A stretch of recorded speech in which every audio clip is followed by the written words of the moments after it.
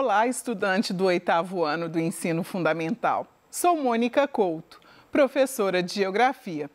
Durante esse período aí de aulas por esse canal de TV, temos conversado sobre alguns aspectos da geografia.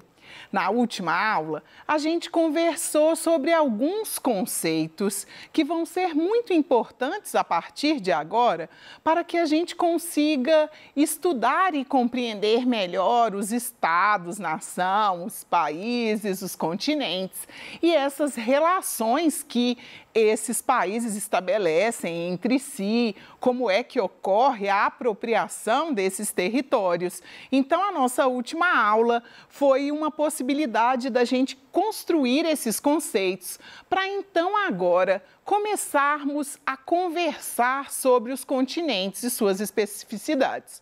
Na aula de hoje, a gente vai dizer sobre a regionalização do continente americano. Um continente do qual o nosso Estado-nação, do qual o nosso país, Brasil, é parte. Mas antes da gente começar, o que a gente vai construir juntos, então, nessa aula?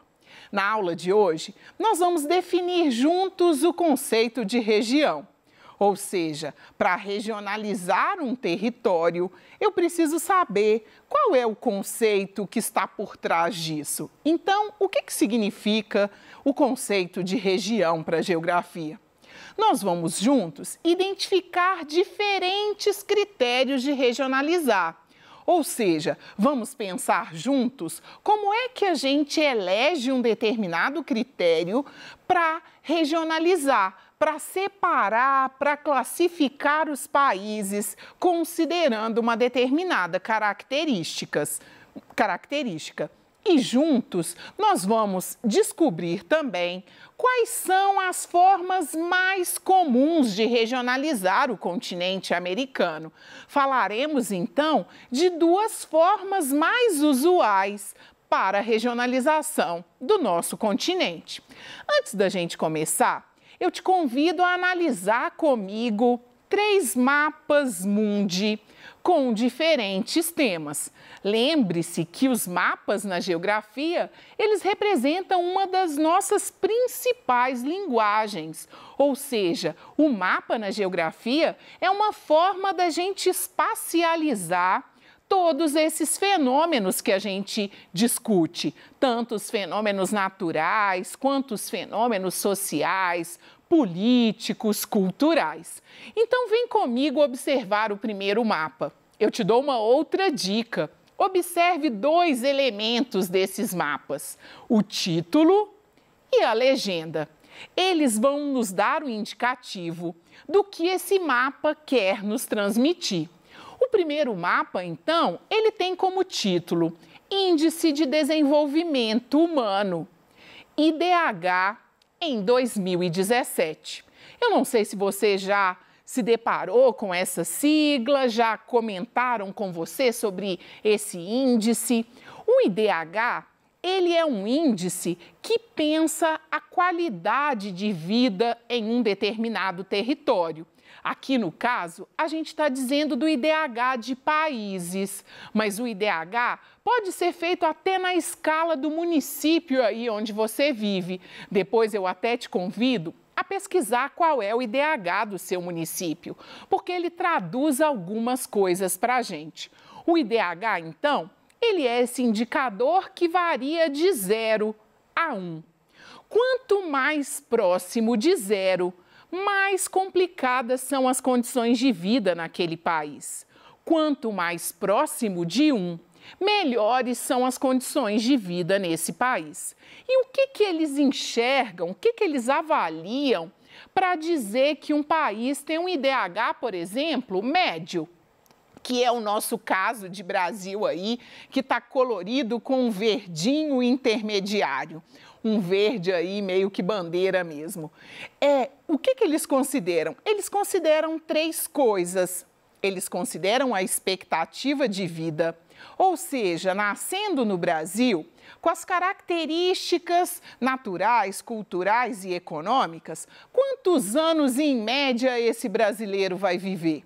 E se ele nascer nos Estados Unidos, no Canadá, na África do Sul, ele vai viver a mesma quantidade? Então, um dos índices dentro do indicador é a expectativa de vida. Um segundo índice é a escolarização, ou seja, qual é o grau de acesso à educação que essa população apresenta. E o terceiro está relacionado à distribuição da renda per capita, ou seja, por cabeça, em um determinado país. Então, observando o mapa aqui, a gente tem países de DH muito alto, alguns países da América do Norte, alguns países da Europa, Argentina e Chile estão figurando na América do Sul como países de DH alto, né? Então, observa o mapa, guarda essa informação. O nosso segundo mapa traz a distribuição de recursos hídricos em 2014. De novo, observe o título e a legenda e depois faça essa apreciação do mapa. Aqui, então, a gente tem o nível de potencialidade de água potável aí para a população nos países do mundo.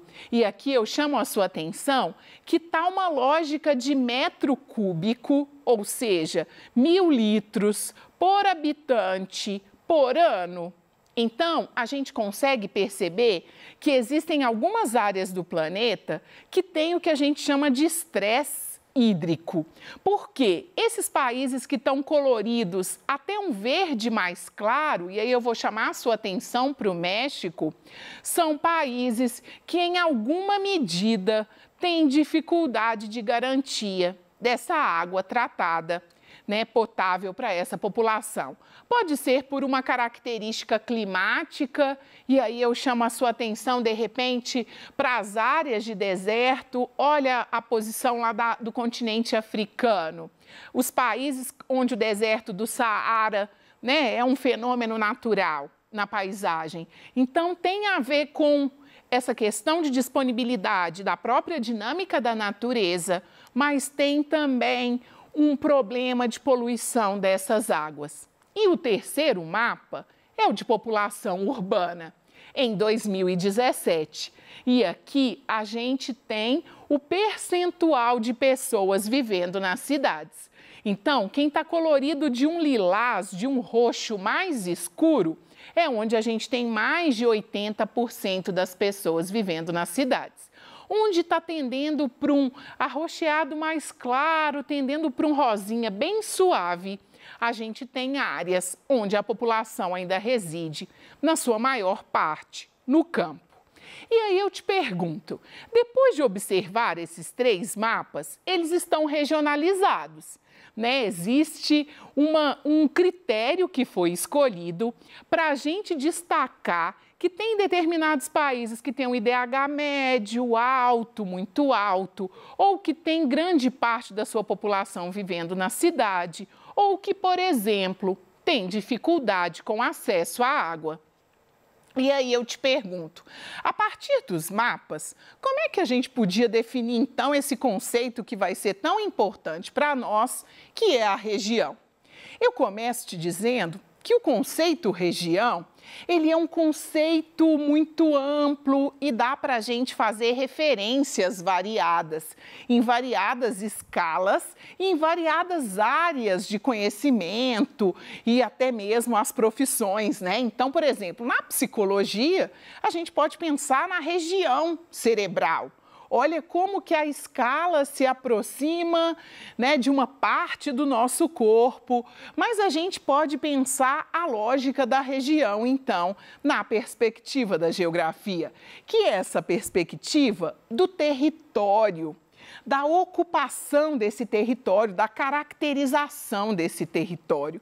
Então, aqui a gente está dizendo para a geografia de uma porção do território que apresenta características semelhantes que são passíveis de serem agrupadas quando a gente faz a escolha de um critério ou de uma forma de classificar. Então, a regionalização, ela pode seguir alguns critérios. E vamos juntos tentar associar esses critérios àqueles representados nos 3 mapas mundi que a gente observou? Critério natural. Então, a gente está dizendo de características semelhantes que determinadas regiões do mundo apresentam. Então, a gente poderia dizer, por exemplo, das áreas de vegetação arbustiva, ou de vegetação florestal, ou de vegetação rasteira, e aí a gente poderia fazer o agrupamento de alguns biomas. E aí eu já chamo a sua atenção. O nosso mapa de recurso hídrico, de disponibilidade de recurso hídrico, ele é um mapa que o critério utilizado foi o natural. E aí a gente pode ter mapas que representam regiões econômicas associadas ao PIB, ao Produto Interno Bruto, a tudo que é produzido naquele lugar. A quantidade de indústria e o potencial dessas indústrias. A gente pode ter os mapas políticos, que são os mais comuns, que são aqueles que apresentam tanto a divisão político-administrativa mesmo dos territórios, né, nas diferentes escalas de estado, de país, de município. A gente tem uma forma de regionalizar que pode ser por critérios sociais, e aqui eu chamo a sua atenção, né? Os nossos 2 mapas, eles abordam critérios sociais, porque os nossos outros 2, a gente disse do IDH, a gente disse do Índice de Desenvolvimento Humano, que toca diretamente as condições sociais de um determinado lugar. E a gente disse também da população urbana. Então, a gente está dizendo de como se distribui essa população mundial. Esses mapas, eles podem ter, essa regionalização, ela pode abordar critérios culturais. Então, de repente, a gente pode fazer a regionalização pensando as matrizes religiosas. A gente pode fazer a regionalização pensando os grupos étnicos. E a gente ainda pode pensar outras formas de regionalizar, dependendo daquele estudo que a gente está fazendo e do levantamento que a gente está fazendo da nossa região. A gente pode, de repente, fazer uma regionalização pensando o Covid, por exemplo, no nosso estado, e pensando aí pelo número de casos. Isso acontece muito. Você se depara com esses mapas quase que todos os dias nos nossos noticiários. Então, é possível que nós mesmos, enquanto estudantes, a gente crie critérios de regionalizar para representar um determinado fenômeno. E aqui a gente chega, então, depois que construímos o conceito, em pensar quais são, então, as formas de regionalizar o continente americano. Como eu disse, a gente tem 2 formas mais usuais e são sobre elas que a gente vai tratar. A gente tem uma divisão da América, uma regionalização da América, que toca por um critério que é geográfico, ou seja, um critério que leva em consideração a localização. Pensando os nossos paralelos, a linha do Equador, o Trópico de Câncer, de Capricórnio e os círculos polares, a América, então, ela foi dividida em 3, né? A América do Norte, a América Central e a América do Sul. A gente vai conversar um pouquinho mais sobre cada uma dessas divisões. E tem um outro critério que a gente utiliza também para regionalizar o continente americano, que é um critério que diz sobre a história, a cultura e a socioeconomia.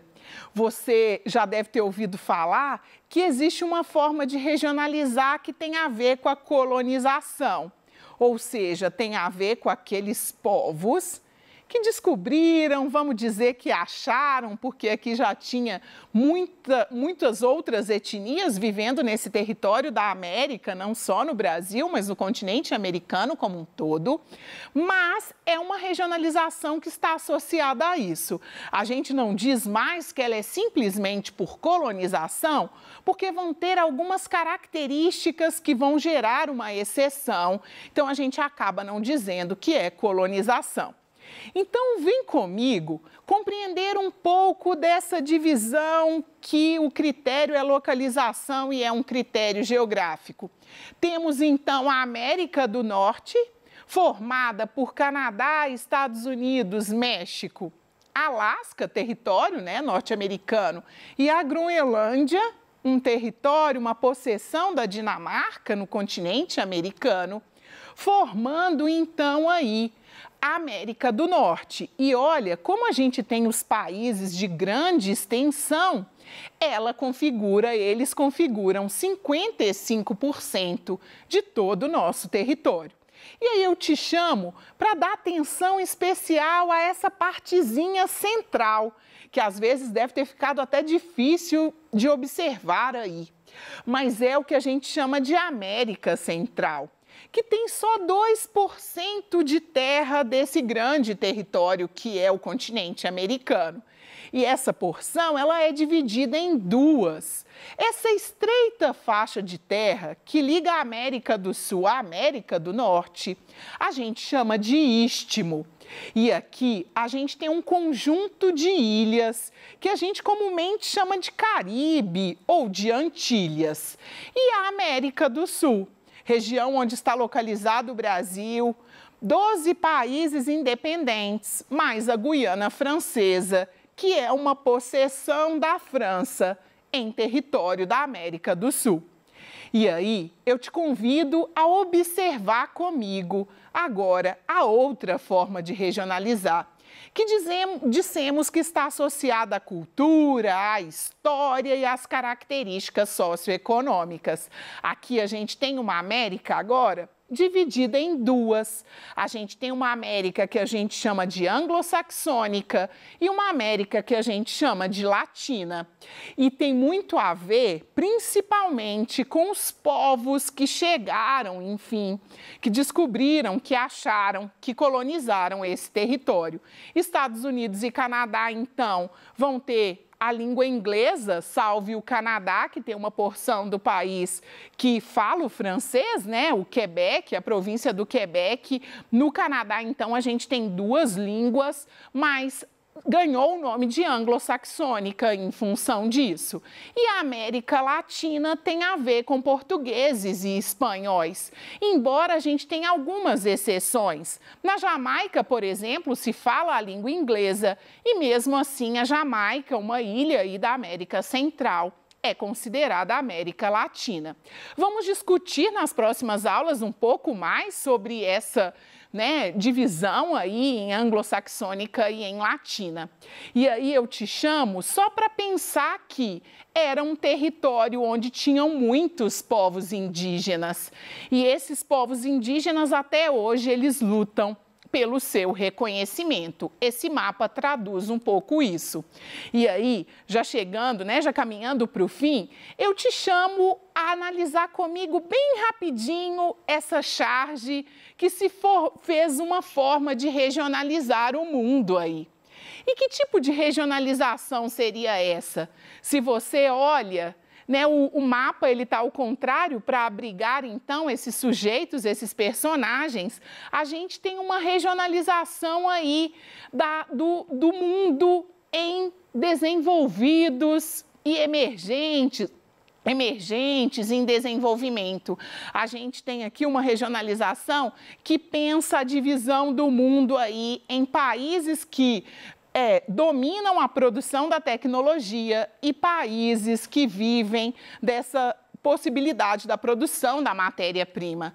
Brasil estaria nessa parte de baixo aí, pensando na segunda imagem, não na parte de baixo, mas na segunda imagem, a gente ainda tem um grande potencial pensando os produtos primários, e os Estados Unidos na porção aí que está acima, onde a gente tem a tecnologia. Então, na aula de hoje, comigo aqui, você viu que regionalizar é agrupar territórios escolhendo um determinado critério. E saiba que você também é capaz de regionalizar. Basta escolher o critério que mais lhe interessar. A regionalização ela pode ser feita pensando aspectos econômicos, naturais e culturais. O continente americano é comumente regionalizado tanto pensando a localização, quanto pensando os fatores históricos. E aí, explore essas considerações que fizemos, pesquise o IDH do seu município e até a próxima aula.